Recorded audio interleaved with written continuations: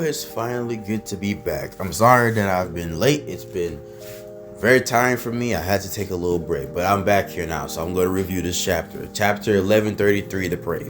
And essentially, this whole chapter has been a tearjerker. It's a very emotional chapter because it started off with basically showing us all the journeys of little Robin right after the presumed death of Saul. We see her pretty much getting all the perspective around the world of like everybody's perspective of the incident of Ahar. Everybody calling her a monster because they assume she was the one that did it, implying that whenever she's scared she needs to laugh like Saul. Then now we pan back to the present day on Elbaf, where all of the Straw Hats and the Giants gets to meet up. And I'm talking about everybody. Hydruden and them and all the pirates and shit like that. Rodo still getting his ass fucked up and crucified. You know, just having a wonderful time. While everybody wants to do their own thing, Robin wants to go by herself to finally meet Saul. But Luffy ain't having that because Luffy officially wants to have a proper introduction to the person who take care of the archaeologists of the crew. And so they did. And they arrive at this big ass like fucking springs with a fucking big ass castle on that shit, right?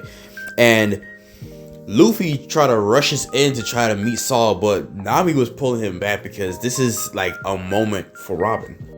Then a giant doctor, I'm assuming, or a nurse, I think, came out of complete utter nowhere saying that he's fallen and he can't get up, you know, meme type shit. That apparently trying to highlight that something may have been wrong with him, and everybody in the Straw Hat crew was freaking out, but Robin wasn't. She's like, it's okay, I'll just walk up to him personally. Surely there's nothing that wrong. As we see Buddy lay down on the ground, trying to scare her just like he did the last time, all like 22 years back, bro. Asking if she was scared, and you know, clearly not, because she's all as he's looking at her all grown up, bro. She even highlights that she looked just like Oliver. She looked just like her mom, and this is former Navy Vice Admiral Jaguar D. Saul.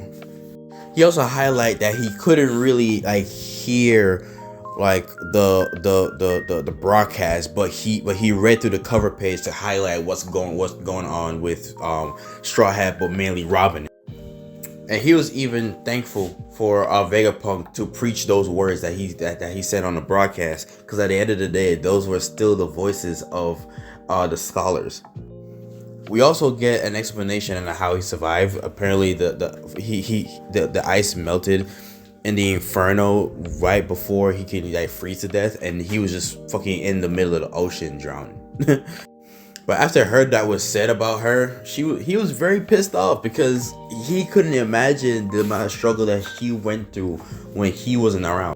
But she not only doesn't care, she told Soul not to focus on the dark path, because at the end of the day, we're here together on the same island after 22 years of separation, as fucking Saul gave her a warming hug. And after all this time, they officially made this right here is what have a lot of One Piece fans in the chokehold right now. This right here, a lot of people was feeling this shit.